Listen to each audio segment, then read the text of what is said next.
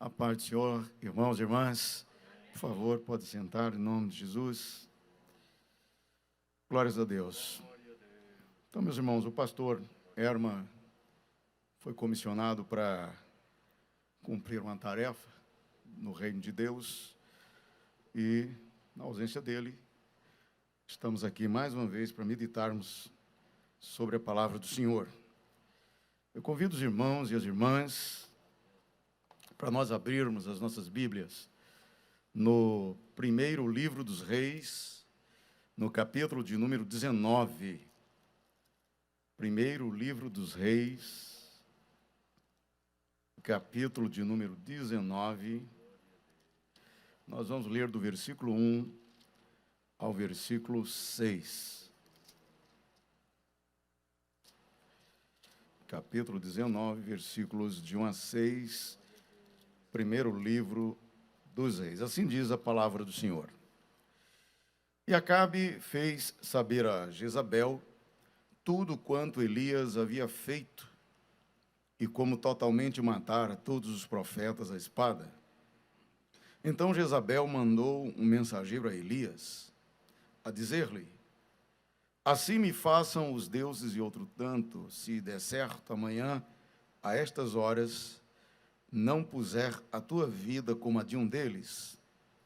O que, vendo ele, se levantou e, para escapar com vida, se foi e veio a Berzeba, que é de Judá, e deixou ali o seu moço. E ele se foi ao deserto, caminho de um dia, e veio e se assentou debaixo de um zimbro e pediu em seu ânimo a morte. E disse: já basta, ó Senhor, toma agora a minha vida, pois não sou melhor do que os meus pais. E deitou-se e dormiu debaixo de um zimbro. E eis que então um anjo tocou e lhe disse: levanta-te e come. E olhou, e eis que à sua cabeceira estava um pão cozido sobre as brasas e uma botija de água, e comeu e bebeu, e tornou a deitar-se. Palavras do Senhor. Registro bíblico de um recorte, de um fato na vida de um dos grandes heróis da fé, um dos homens de Deus do Antigo Testamento, o profeta Elias. Meus irmãos, lendo esse texto aqui para a gente meditar, faz bem relembrar alguns episódios marcantes na vida de Elias antes deste momento registrado no recorte de texto que acabamos de ler. Elias, até chegar neste momento aqui, tinha um histórico de fé, de coragem, de serviço a Deus, de operação de Deus em sua vida de forma muito especial.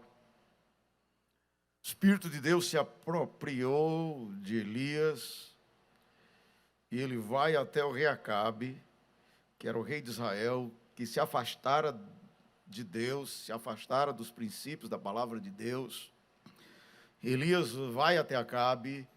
Elias profetiza contra o rei Acabe, contra a casa de Acabe, contra as maldades praticadas contra Acabe, sem medo, de forma corajosa, de forma destemida. Depois disto, Acabe persegue Elias e estabelece uma caçada contra Elias, procura Elias para matar Elias em toda a nação de Israel. Mas Elias não teme o fato de que Acabe está a persegui-lo, porque Deus esconde Elias. Deus manda Elias profetizar para que não chova sobre Israel. Elias profetiza para que não chova sobre Israel. E uma seca se instaura na nação de Israel. Por 3 anos não chove em Israel. Israel vai se esconder por ordem de Deus. Deus é quem determina para Elias: vá, se esconda lá junto ao ribeiro de Querite. Elias vai até as margens do ribeiro e lá Deus manda corvos que levam pão, que levam carne, que levam alimento para Elias. Depois disso, o próprio Deus manda Elias se esconder na casa de uma viúva, e ele se hospeda na casa da viúva, multiplica a farinha da panela, multiplica o azeite da botija.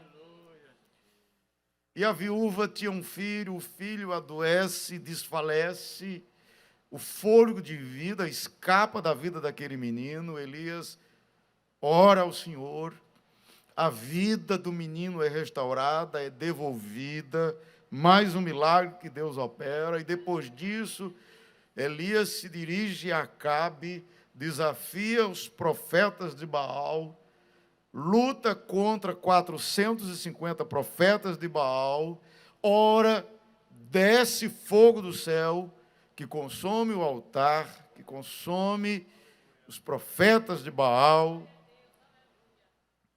Deus faz milagres poderosamente através das mãos de Elias. E depois de tudo isso, depois de toda essa experiência milagrosa, extraordinária, depois de toda essa sequência de operação de maravilhas e de intimidade de Elias com Deus, e de Elias ver Deus realizar em sua vida coisas, e de Elias ver Deus cumprir as palavras que ele profetizava, Elias recebe esta ameaça de Jezabel. Jezabel manda uma mensagem, o versículo 2 diz que Jezabel mandou um mensageiro para Elias, e diz: olha, diga a Elias que amanhã, certamente, a estas horas, ele não terá vida, eu vou matá-lo. E o versículo 3 diz que Elias se levantou para escapar com vida. Foi até Berzeba, deixou ali o seu moço, e no versículo 4 diz: ele se foi ao deserto, caminho de um dia, e se assentou debaixo de um zimbro. E ele perde o seu ânimo. E ele pede a morte. E ele diz: já basta, Senhor. Toma agora a minha vida, porque eu não sou melhor do que os meus pais. Não há mais razão para eu continuar vivo. A frustração de Elias, depois de ter feito tudo o que fez, em nome do Senhor, depois de realizar coisas tão tremendas, em nome do Senhor, a sua vida agora está por um fio. E ele diz: Senhor, se é assim que eu tenho que viver, que o Senhor me leve agora. Eu não quero mais viver. Já basta, Senhor. E o versículo 6 diz: e deitou-se e dormiu debaixo de um zimbro. Aqui nós encontramos o profeta num estado emocional de extremo desânimo, de profunda angústia, de enorme frustração espiritual, de dúvida: vale a pena viver?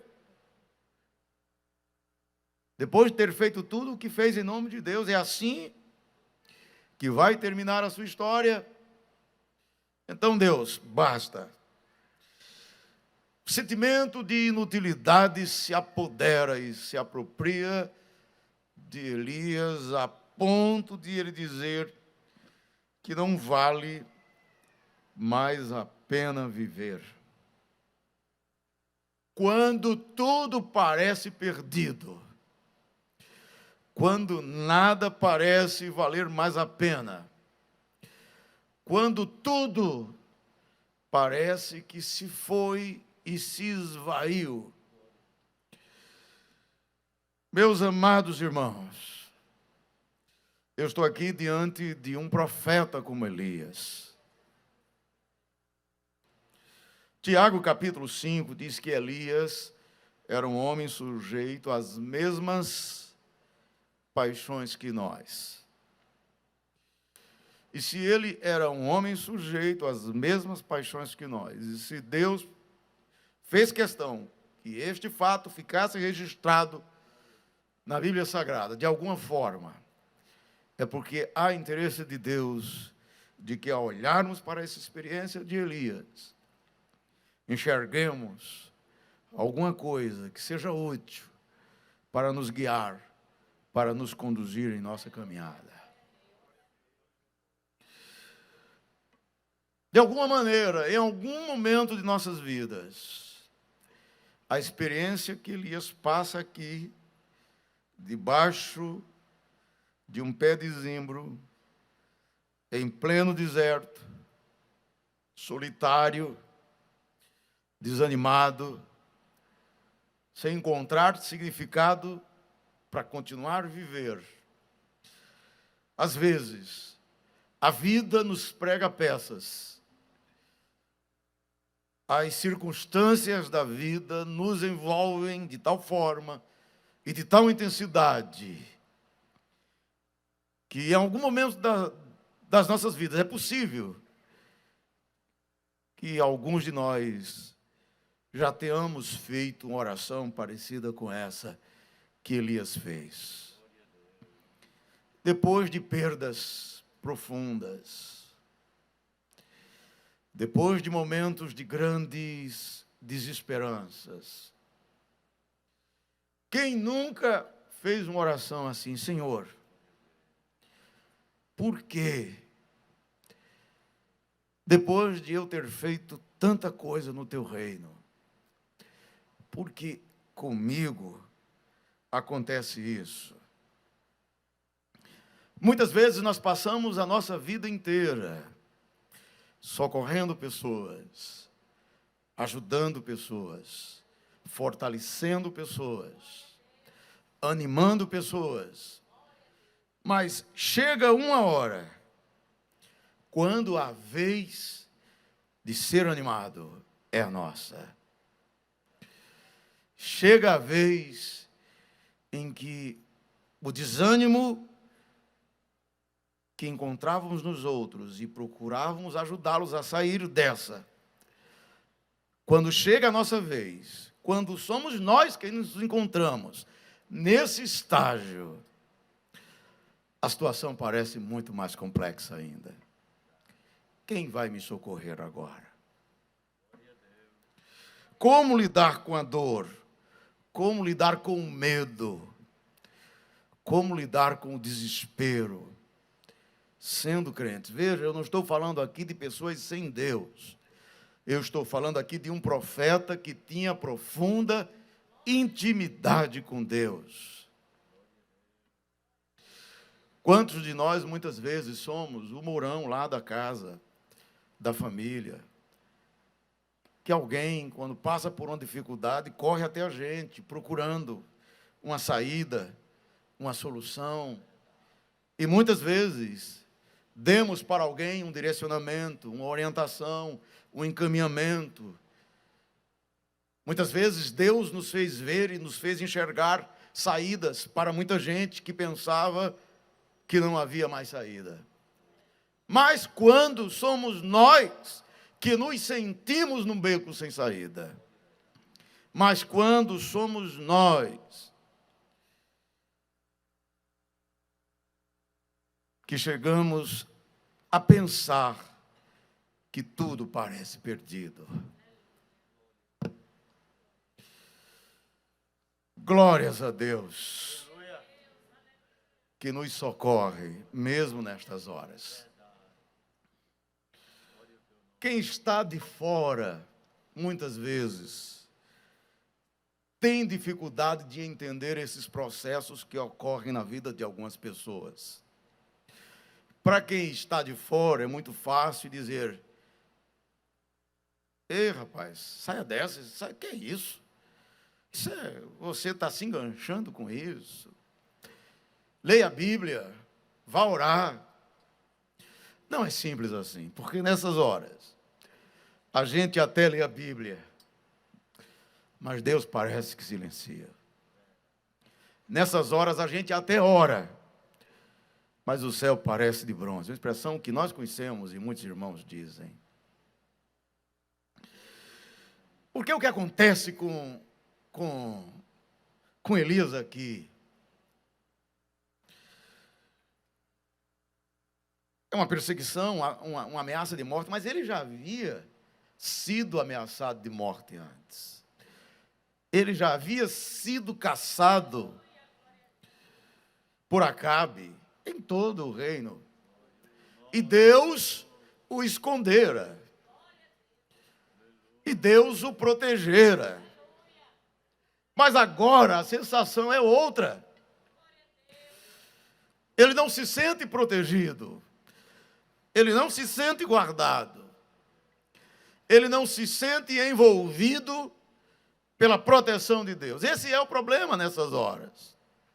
Apesar de sabermos, apesar de conhecermos, apesar de termos certeza de que Deus está no controle de tudo, de que Deus está no controle de todas as coisas, de que a mão poderosa do Senhor está a nos envolver.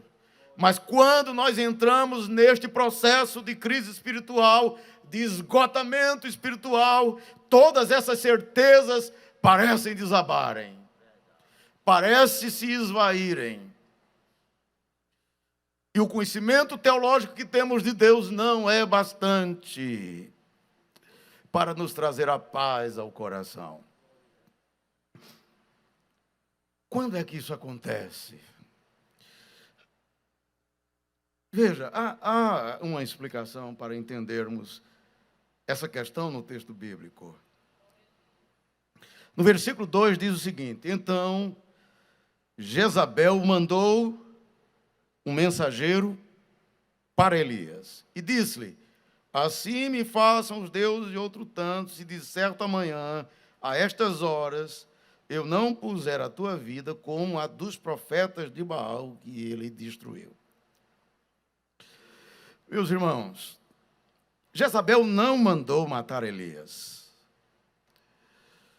Ela não poderia matar Elias porque Deus não deixaria Jezabel matar Elias. Mas ela manda uma mensagem.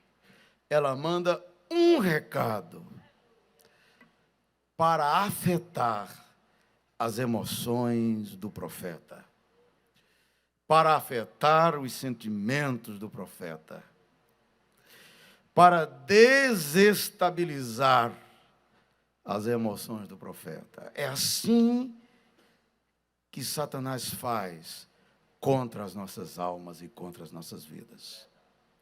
Ele sabe que não pode destruir as nossas vidas, porque as nossas vidas estão guardadas debaixo da proteção do Altíssimo. O inimigo não tem poder sobre as nossas vidas. E como ele sabe que não tem como nos destruir, ele manda as suas setas malignas, as suas mensagens malignas. Ele usa mensageiros malignos para trazerem informações que afetam e abalam profundamente as nossas emoções.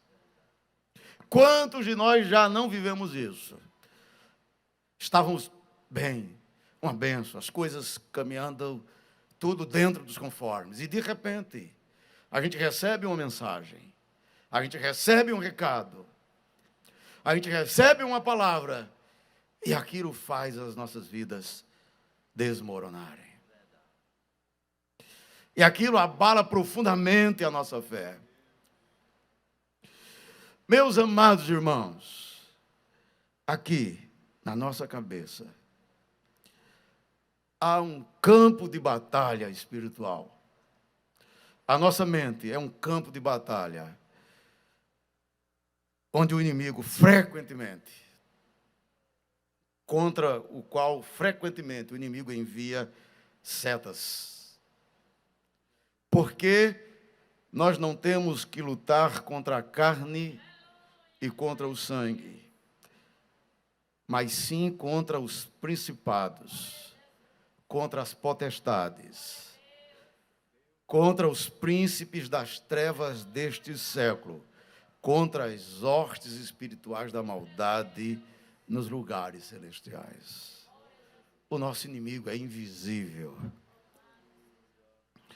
É o que o texto bíblico chama de dardos inflamados do maligno. É bem verdade que nós usamos o escudo da fé para nos protegermos destes dardos inflamados, mas às vezes nos descuidamos no uso deste escudo e alguma seta maligna, alguma informação, alguma palavra, algum aviso, alguma mensagem, e elas vêm para distorcer em nós a verdade do Evangelho que está estabelecida desde o dia em que aceitamos e recebemos ao Senhor Jesus como Salvador. É nessas horas que, assim como Elias, nós dizemos: Senhor, o Senhor me abandonou. Senhor, o Senhor me deixou sozinho nesta hora. Senhor, porque o Senhor levou o meu ente querido. Senhor, porque o Senhor deixou que o meu negócio desandasse. Senhor, porque aquele meu filho se perdeu. O inimigo sai usando esses elementos para desconstruir em nós a certeza e a convicção de que Deus está no controle de tudo, de que Deus está no controle de todas as coisas, e que o fim da história ainda não chegou, de que antes de chegar o fim da história, o Deus de Israel vai intervir, vai se manifestar. Mas ele começa a costurar um sentimento de derrota. Ele começa a costurar em nossas mentes um sentimento de fracasso. E no meio de tudo isso, nós nos abalamos profundamente.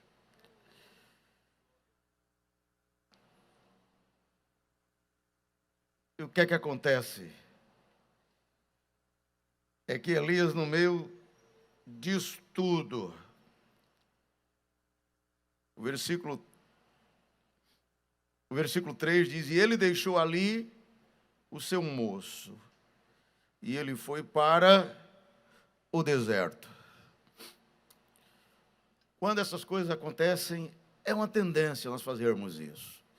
Abandonarmos pessoas que poderiam nos ajudar e nos isolarmos.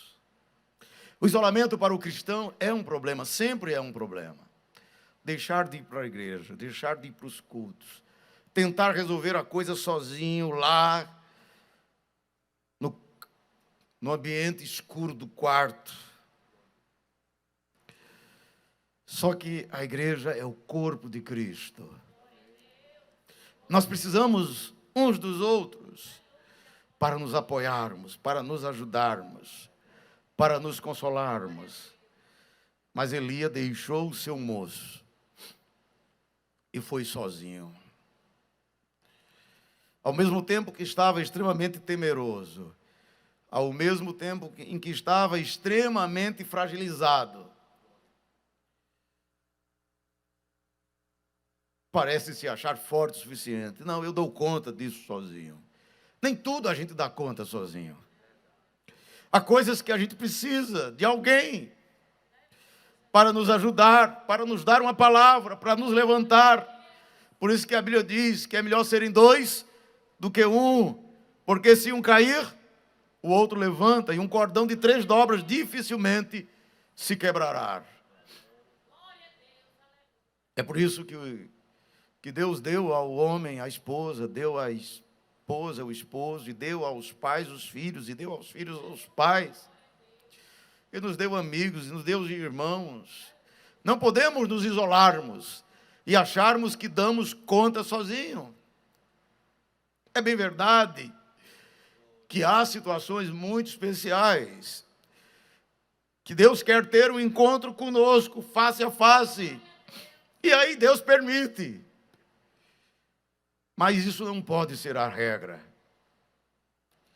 Que Deus nos use para sermos agentes de Deus, para ajudarmos pessoas que precisam de ajuda, para termos uma palavra de Deus para pessoas que precisam de uma palavra de Deus, para sermos um ombro amigo para pessoas que precisam de um ombro amigo, para sermos agente de graça para quem precisa de graça, para sermos um agente do reino de Deus para quem precisa urgentemente de uma intervenção poderosa de Deus em suas vidas. Mas ele estava sozinho. Mesmo quando estamos sozinhos, mesmo que falte alguém para nos socorrer, mesmo que falte alguém para nos consolar, para nos apoiar, para nos ajudar, mesmo que nos sintamos sós, Deus sempre, sempre, sempre, sempre manda uma solução para as nossas vidas nestas horas.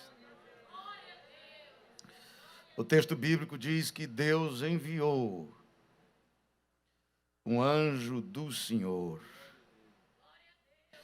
E o anjo do Senhor chega junto do profeta, toca no profeta e diz: levanta-te e come. E ele olhou, está no versículo 6, e a sua cabeceira estava pão, pronto, cozido, brasas, quentinho, não era pão frio, dormido, quentinho, e uma botija de água. Socorro de Deus. Mas o estágio do profeta era de tamanha fragilidade que o texto bíblico diz que ele comeu e tornou a deitar-se. Tornou a prostrar-se. Mas Deus não desiste de nós. Glórias a Deus. Porque Deus não desistiu de mim. Glórias a Deus, porque Deus não desistiu de sua vida.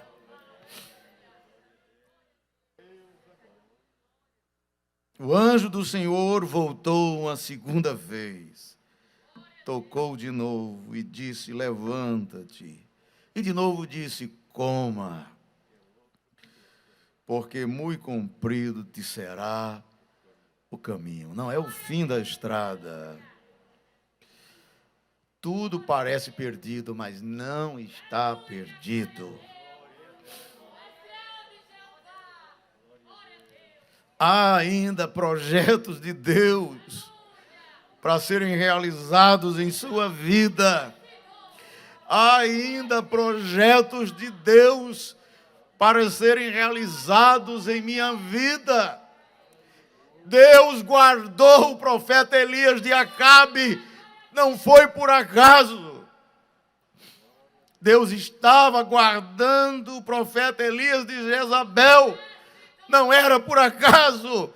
Deus tem guardado a minha vida, Deus tem guardado a sua vida, e não é por acaso. Acreditemos nisso. Acreditemos que o reino de Deus estabelecido aqui na terra precisa de gente como eu, precisa de gente como você para realizar as obras de Deus na vida de gente que precisa de milagres de Deus. Ele levantou-se, ele comeu, ele bebeu, suas forças foram renovadas. É assim que o Senhor faz. Quando a gente pensa que tudo está perdido, o Senhor nos alimenta, o Senhor nos dá uma palavra de vida, o Senhor segura nas nossas mãos e nos conduz. Por isso que o salmista diz: ainda que eu andasse no vale de sombra e de morte, eu não temeria mal algum, porque tu estás comigo. A tua vara e o teu cajado me consolam. Ele levantou e comeu e bebeu, e suas forças foram renovadas. Tudo certo, tudo resolvido? Ainda não. Ele caminhou 40 dias e 40 noites até o Monte Horebe. Isso está no versículo 8. Até o Monte Horebe, até o monte de Deus. Glórias a Deus. Quando nós estamos no fundo do poço, quando nós nos encontramos com a nossa fé abalada, quando as setas malignas parecem nos ferir, e percebemos um soldado ferido na guerra, um soldado ferido no meio da batalha, aí o Senhor vem e nos restaura, e renova as nossas forças, e nos encaminha até o Monte Horebe, até o monte de Deus. Há um Monte Horebe para cada um de nós, o lugar do encontro com Deus, o lugar do relacionamento com Deus, o lugar onde Deus vem para nos visitar. E ele caminha 40 dias e 40 noites, o tempo da espera. 40 dias era o tempo da espera. Era o tempo de Deus preparar o coração de Elias para ter com ele um encontro forte e marcante. Enquanto caminhava esses 40 dias, ele pensava, ele refletia, mas caminhava. Porque o processo de cura de Deus em nossas vidas é assim. Nós somos feridos, nós somos machucados, nós somos atacados e sofremos e nos angustiamos. Mas enquanto Deus está realizando um processo de cura, nós continuamos a caminhada. É durante a caminhada que o Senhor nos cura. Não vamos cruzar os braços e dizer, eu só faço alguma coisa depois que Deus resolver isso. Algumas pessoas fazem essa oração: Senhor, eu estou aqui com essa dificuldade, eu estou aqui com esse problema, e agora eu vou cruzar meus braços, e só vou sair daqui quando o Senhor resolver. Não, saia logo. Vá, caminhe, prossiga.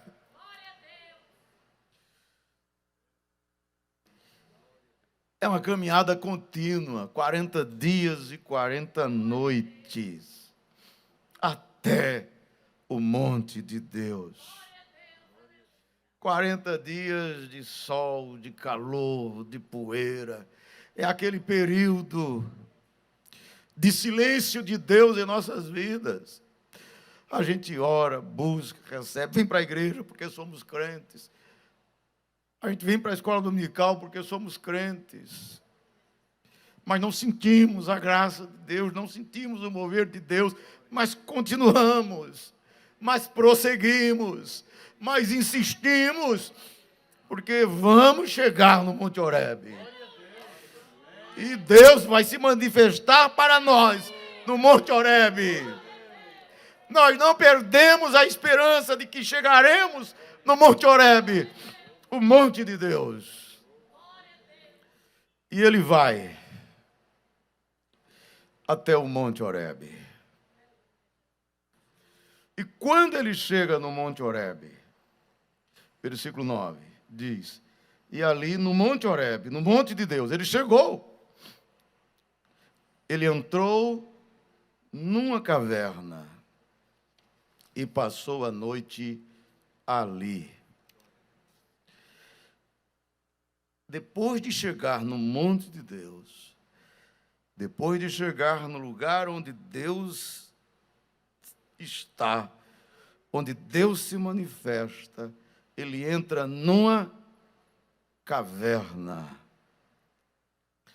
Quantas vezes em nossas vidas nós chegamos no monte de Deus, dobramos os nossos joelhos para orar,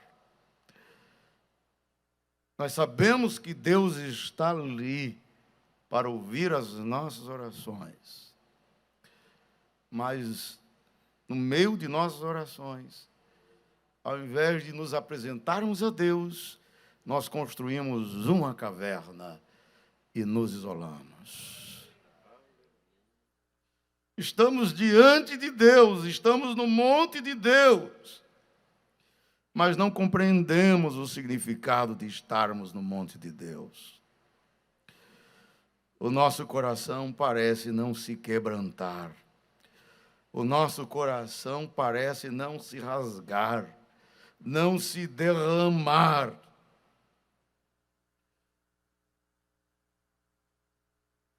Até que lá de fora brada uma voz. Que fazes aí? Que fazes aqui, Elias? Tão perto de Deus e sem perceber Deus. Acontece conosco muitas vezes. Lembro de uma vez, uma vigília, uma noite inteira em oração, uma noite inteira de joelhos, e nada de Deus. Quem nunca passou por isso?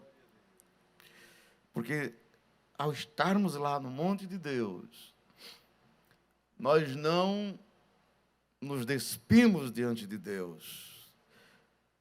Nós construímos uma redoma de autojustiça, de autoproteção, de murmuração. A nossa oração é muito mais um protesto do que um clamor pela misericórdia de Deus. Deus fala, o que é que você faz aqui, Elias? Por que é que você está aqui? Qual a razão, qual o motivo, qual a motivação de você estar aqui? É claro que Deus sabia a razão de Elias estar ali. Mas Deus queria ouvir de Elias a resposta. Deus queria escutar o coração do profeta Elias. Deus quer escutar o nosso coração. Deus quer ouvir a voz do nosso coração. Deus quer que retiremos em nossas orações todas as máscaras com que nos apresentamos a Deus. Porque as nossas orações, às vezes, são aquelas formalidades construídas e pré-fabricadas que não traduzem a verdade profunda do que está lá dentro do coração. Mas Deus não quer essas rezas prefabricadas. Ó Senhor, obrigado por mais um culto. Obrigado por estar aqui neste templo mais uma vez. Que bênção, Senhor. Esta banda que toca maravilhosamente. Mas muitas vezes essas palavras são frases de efeito, que não traduzem a verdadeira realidade do que está dentro do nosso coração. Quando o Senhor diz que faz aqui Elias, o Senhor quer ouvir essa profundeza dos sentimentos de Elias. E retirando as máscaras, retirando a capa, inicialmente ele pega a capa, coloca no rosto e vai para a porta da caverna, com medo de Deus. Mas mesmo assim ele teve coragem de se abrir completamente diante de Deus, de rasgar a sua frustração, a sua decepção, porque não adianta nós escondermos de Deus o que realmente estamos sentindo, o que realmente está se passando dentro de nós. Por isso que o salmista diz: Senhor, eu sei que Tu me sondas, eu sei que Tu me conheces. Nós às vezes ficamos como criança, achando que escondemos de Deus a realidade profunda do que fervilha dentro de nós. O que é que você faz aqui, Elias? Então Elias abriu o coração. No versículo 10 ele diz: tenho sido muito zeloso pelo Senhor, Deus dos exércitos. Os filhos de Israel deixaram o teu concerto, derribaram os teus altares, mataram os teus profetas, e fiquei só eu, e busco a minha vida para me tirarem. Todo o sentimento de autojustiça de Elias se traduz nestas palavras: eu tenho sido muito zeloso. É interessante que depois disso ocorre um trovão, ocorre um vento, ocorre um trovão, ocorre fogo, e Deus não se manifesta, e depois uma voz, uma brisa muito suave. No meio da brisa, Deus pergunta a Elias segunda vez: o que você faz aqui, Elias? E Elias responde segunda vez com as mesmas palavras. Versículo 12 e versículo 13, do mesmo capítulo 1, nós encontramos isso. De novo ele diz: tenho sido muito zeloso. Só que no versículo 13, ele diz: eu tenho sido em extremo zeloso. Em outras palavras: Senhor, por que isso comigo? Se há uma pessoa que tem sido crente, sou eu. Se há uma pessoa que tem sido fiel, sou eu. Desde pequeno que eu sou crente. Senhor, por quê? Será que te servir não vale a pena? Esse mesmo sentimento ocorreu com o salmista Asaf. Está no Salmo 73, versículos 12 e 13. Depois de o inimigo lançar setas malignas sobre sua cabeça, ele passando por dificuldades, o inimigo lança uma seta e diz: está vendo, você passa por dificuldades financeiras. Os seus vizinhos ímpios são ricos, se fartam de gordura e você vive em apertos. O inimigo lançou a seta maligna, e no meio daquilo, ele começa a azedar, a se entristecer e se angustiar. E no capítulo 73, no Salmo 73, versos 12 e 13, ele diz: na verdade, Senhor, em vão eu tenho purificado o meu coração, em vão eu lavei as minhas mãos da inocência, porque eu tenho sido todo dia afligido e castigado a cada manhã. É o sentimento de autojustiça. A gente parece querer cobrar de Deus. A gente parece querer exigir de Deus que as coisas sejam diferentes do que estão sendo. A gente parece acusar Deus de que Ele não está enxergando, de que Ele não está vendo a situação em que nos encontramos. Acreditar que a nossa fé, que a nossa dedicação a Deus, que as nossas obras nos fazem merecedores da bênção do Senhor, ou que a nossa fidelidade é uma espécie de fórmula que nos conduzirá à prosperidade, a uma vida tranquila em todo o tempo, é um engano. Nós não podemos enxergar no Evangelho de Jesus aquilo que o Evangelho de Jesus não promete. Uma vez um rapaz chegou muito contente: mestre, eu quero te seguir. E Jesus disse para ele: as raposas têm covis, e as aves dos céus têm ninhos, mas o Filho do Homem não tem onde reclinar a sua cabeça. Mas depois de dizer isso, Jesus nos conforta que quem, uma vez perguntaram: mestre, se nós te seguirmos, o que é que a gente vai ganhar com isso? Jesus disse: no mundo tereis aflições, mas tende bom ânimo, eu venci o mundo. Aqui vocês tereis aflições, mas no fim, a vida eterna. Mas Jesus também diz: aqui vocês ganharão 100 vezes mais, e por fim, a vida eterna. É bem verdade que junto com a promessa do Evangelho, há um pacote de bênçãos destinados a nós. Mas Jesus diz: buscar em primeiro lugar o reino de Deus e a sua justiça. A prioridade de nossas vidas é o reino de Deus. Deus sempre enxerga como prioridade o reino de Deus. E se a prioridade do reino de Deus em nossas vidas incluir a passagem pelo deserto, incluir a perseguição de Acabe, incluir a ameaça de Jezabel, o Senhor não nos poupará da ameaça de Jezabel. O Senhor não nos poupará da perseguição de Acabe, mas o Senhor nos guardará. O Senhor nos protegerá. O Senhor não deixará que Acabe nos mate. O Senhor não deixará que Jezabel nos mate. A promessa do Evangelho, a prioridade do Evangelho para as nossas vidas é a nossa salvação. É a libertação de nossas vidas do poder do pecado. É a promessa de vida nova em Cristo. As demais coisas nos serão acrescentadas, mas não é o principal. Milhares de crentes se esgotam espiritualmente, entram em crise espiritualmente, porque esperavam coisas da parte de Deus que Deus não lhes prometeu e que Deus não lhes deu garantia. Agora, a promessa de Deus é: estarei convosco até a consumação dos séculos. Mas glórias a Deus, porque Deus é misericordioso.